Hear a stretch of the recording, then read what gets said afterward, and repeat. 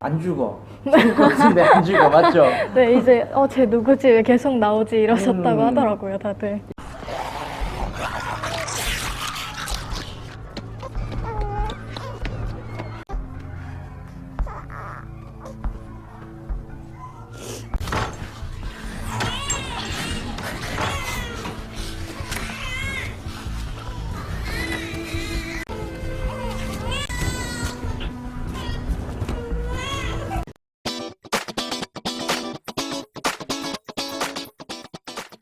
이제 올해 성인이 된 이제 13년 차 되어가는 배우 이채은이라고 합니다.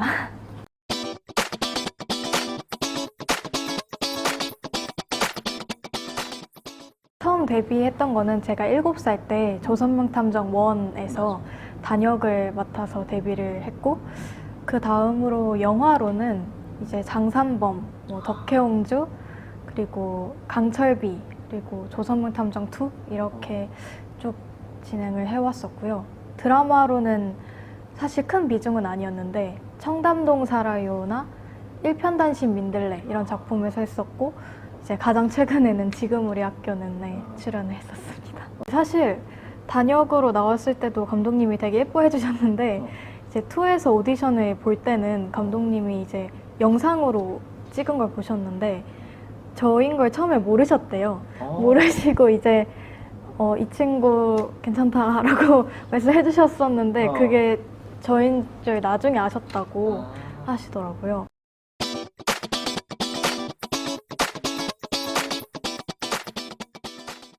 두 작품이 사실 떠오르는데 첫 번째는 아무래도 조선명탐정 2가 가장 기억에 남는데요. 한양에서 유명하신 탐정이라 들었습니다. 제 동생을 찾아주셔요. 동생? 갑자기 없어졌는데 보름이 지난 지금까지 아무 소식이 없습니다. 찾기 쉬울 겁니다. 제 동생은 여기 임하는 점이 있거든요.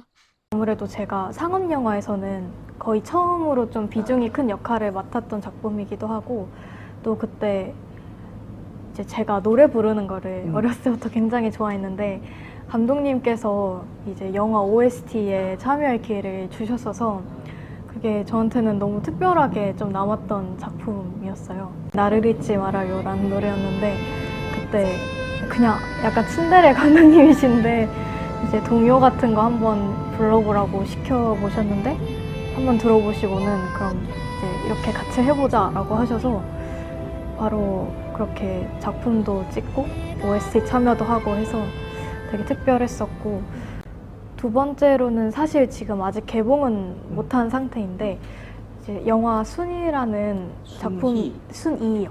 네, 그런 작품이 있는데 제가 초등학교 6학년 때 찍었던 작품이에요.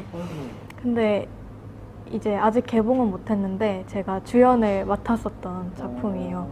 그래서 사실 저예산 영화기도 하고 이제 좀 촬영 기간도 짧고 해서 되게 힘들게 찍었었는데 그 작품에 되게 좀 몰입해서 많이 했었고, 그 작품 찍고 나서 제가 좀 연기에 있어서 그 연기나 이런 좀 촬영 장소에서 그런 인물을 대하는 태도가 그 작품을 찍고 좀 많이 성장했던 것 같아요. 네, 그래서 기억에 그렇게 두 작품이 남는 것 같아요.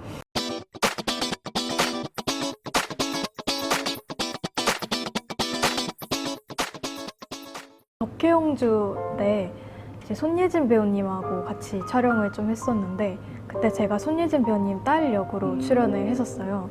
네, 사실 그때 너무 유명한 배우님이시니까 많이 뵙기는 했지만 화면에서 이렇게 직접 이제 배우로서 대면한 건 또 처음이었는데 손예진 배우님하고 같이 연기를 하면서 사실 되게 충격을 많이 받았어요. 너무 뭔가 제 상상보다 더 되게 배역에 몰입을 하시고 그 에너지가 되게 강하신 배우님이셔서 그 배우님 연기를 보면서 되게 나도 저런 배우가 되고 싶다라고 생각을 되게 많이 했었어요. 그래서 저도 연기를 하면서 같이 이제 막 몰입이 더 돼서 잘 촬영을 마쳤던 기억이 있어요. 그 연기할 때 그 순간적인 몰입도라고 할까요? 같이 찍는 장면에서 손예진 배우님께서 좀 격한 감정을 좀 연기해야 하셨는데 그때 그 순간적으로 몰입하시는 모습이 너무 인상이 깊어서 되게 멋있다고 생각을 했었어요. 지금 우리 학교는에서도 되게 인상 깊은 배우님들이 많았는데 제가 이제 촬영장에 거의 같이 함께는 못했어서 이제 화면으로 뵙거나 아니면 따로 이제 만나서 자리를 갖거나 했었는데 전 그 중에서 그 안승균 배우님이라고 그 지금 우리 학교는에서 준영 역을 맡았던 배우님이신데 그 배우님께서 이제 연기하는 모습을 화면으로 봤고 또 대본 리딩에서도 가끔 봤었는데 그 배우님께서 그 연기하시는 모습이 되게 인상 깊었고 또 연기에 대해서 가끔 얘기를 나눈 적이 있었는데 그때 연기에 대해서 많이 고민하시고 연구하시는 모습이 너무 멋있어서 그 분도 되게 기억에 남아요. 목소리도 되게 좋으시고 처음엔 제가 되게 긴장을 많이 했어요. 아무래도 너무 대선배님이시다 보니까 나이도 어렸고 근데 이제 오히려 너무 장난기도 많으시고 되게 잘 챙겨주셨고 또 이제 앉아서 대기할 때 이제 갑자기 이제 딱 대사를 치시면은 저도 같이 대사 치면서 연습하고 네 그렇게 연습도 많이 했었고 되게 아빠같이 잘 챙겨주셨어요.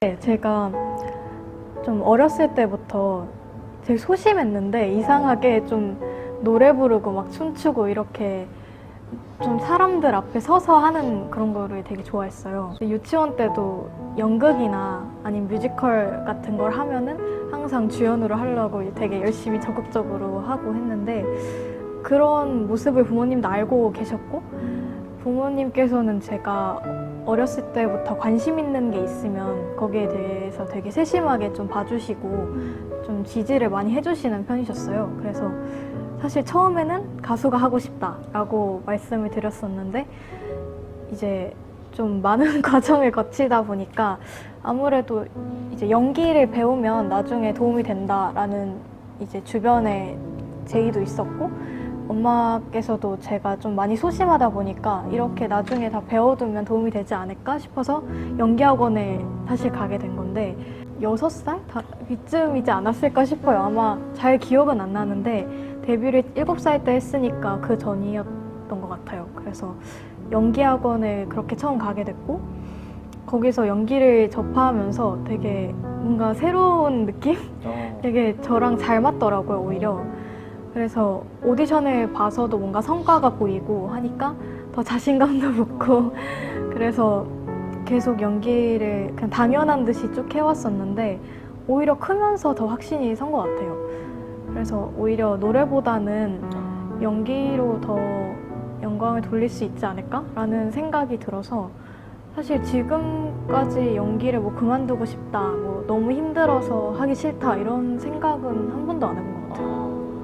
저는 오히려 제가 하고 싶다고 시작을 했고 부모님께서도 반대 같은 거 전혀 없이 그냥 네가 하고 싶으면 우리가 지원해주겠다라고 그냥 계속 응원해주시고 기도해주셔서 그래서 사실 지금까지 할 수 있었던 것 같기도 해요.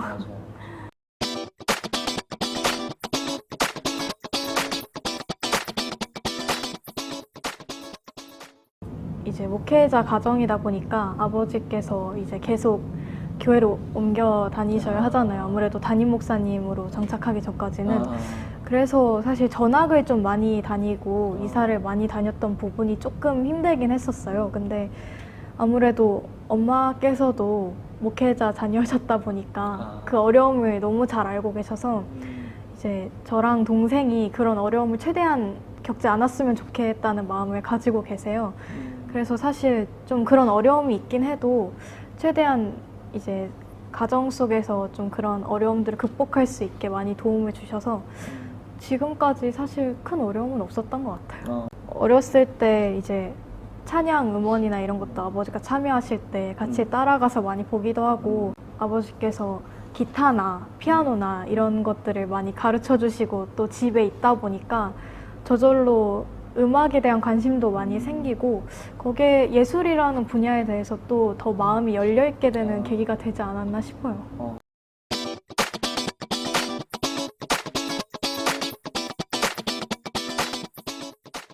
고등학교 때도 제일 고민이 연극영화과를 가야 할까? 아니면은 일반 학과를 가야 할까였는데 다들 주변에서도 이미 연기를 하고 있으면 연극영화과에 굳이 갈 필요가 없는 것 같다. 오히려 현장에서 거기서 배우는 것보다 좀 더 가치 있는 경험을 할 수 있다고 생각한다고 하셔서 그래서 안 가게 된 부분도 있고 또 제가 좀 학생 때 스스로 좀 공부에 대한 욕심도 있어서 계속 열심히 하다 보니까 이제 일반 학과로 가야겠다라고 첫 번째로 마음을 굳히게 됐고 그리고 이제 그 다음 고민이 그럼 어떤 과를 갈 것인가였는데 사실 제가 공부에 욕심을 가졌던 게 뭔가 제 스스로 좀 비워져 있지 않았으면 했어요.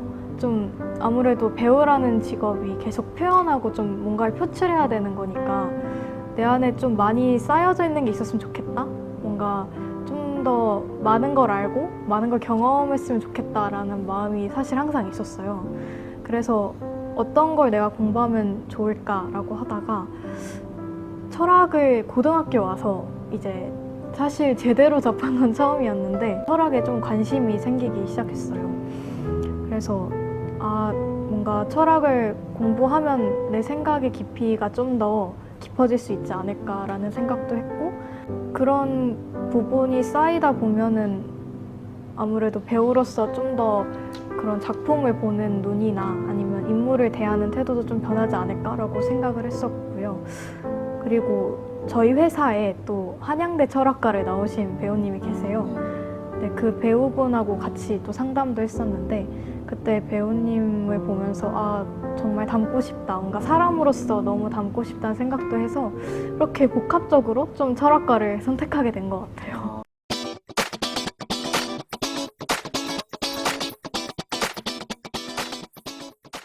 연기자로서는 도화지 같은 배우가 되고 싶다? 아무래도 좀 그 인물로 보였으면 좋겠어요. 이 배우 나왔네가 아니라 좀 이 인물이 이렇게 표현이 되네? 라는 느낌을 받았으면 좋겠어요. 사람들이 뭔가 좀 그 인물이 되는 그런 능력을 가질 수 있는 배우가 되었으면 좋겠고 이제 개인적으로는 제가 오디션을 봤을 때 오디션 관계자분께서 저한테 너는 왜 연기를 하니? 라고 이렇게 여쭤보셨었대요. 근데 제가 거기서 어렸을 때는 그냥 이제 유명해지고 TV에 나오는 게 좋아서 연기를 하고 싶었는데 지금은 예수님을 알리고 싶어서 연기를 한다라고 제가 아기 때 그렇게 답을 했다고 하더라고요. 그래서 저도 기억이 안 났었는데 그거를 엄마랑 할머니께서 말씀해 주셔서 알았었거든요. 그래서 처음에는 이제 별 생각이 없었었는데 계속 생각을 하다 보니까 뭔가 주님께서 내 입으로 그렇게 말씀하신 게 아닐까 싶은 생각이 들어서 그냥 그 고백처럼 제가 계속 그런 사명을 가지고 겸손한 마음으로 그렇게 좀 선한 영향력을 끼치는 배우가 됐으면 좋겠다는 마음도 있어요. 어렸을 때부터 좌우명이 그런 거였어요. 뭔가 항상 감사하며 살자? 그런 거여서 우선은 그냥 주님 안에서 좀 단단하고 곧게 살아가는 사람이고 싶고 또 작은 것에도 좀 감사하며 살아가고 싶다는 마음이 있어요. 저는 약간 행복도 선택의 관점에서 볼 수 있다고 생각을 하거든요. 똑같은 상황에 놓여도 뭔가 감사하며 살아가는 사람이 있고 똑같은 상황인데 그냥 뭔가 절망하고 자신의 신세를 한탄하며 살아가는 사람들 있잖아요. 그래서 저는 그 두 사람의 차이가 사실 세상을 내가 어떻게 바라볼 것인가, 어떻게 바라보는 시선을 택한 것일까의 차이라고 생각을 하거든요.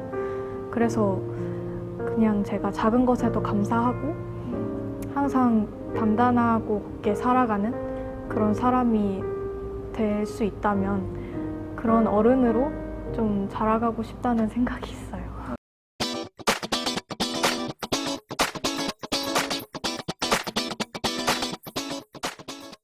학생 때 학업 때문에 오디션을 많이 못 보고 좀 작품을 많이 못한 것도 있어서 이제 성인이 됐으니까 좀 더 자유로워지는 부분도 있고 해서 최대한 오디션도 많이 보고 제가 할 수 있는 작품들을 최대한 많이 해보고 싶고요. 아까 말씀드렸듯이 좀 저를 지금 많이 채워가고 싶다는 그런 맥락에서 지금밖에 사실 누릴 수 없는 대학 생활이잖아요. 그래서 대학 생활도 충분히 좀 누리면서 저를 채워가는 시간도 좀 갖고 싶다는 생각이 있어요.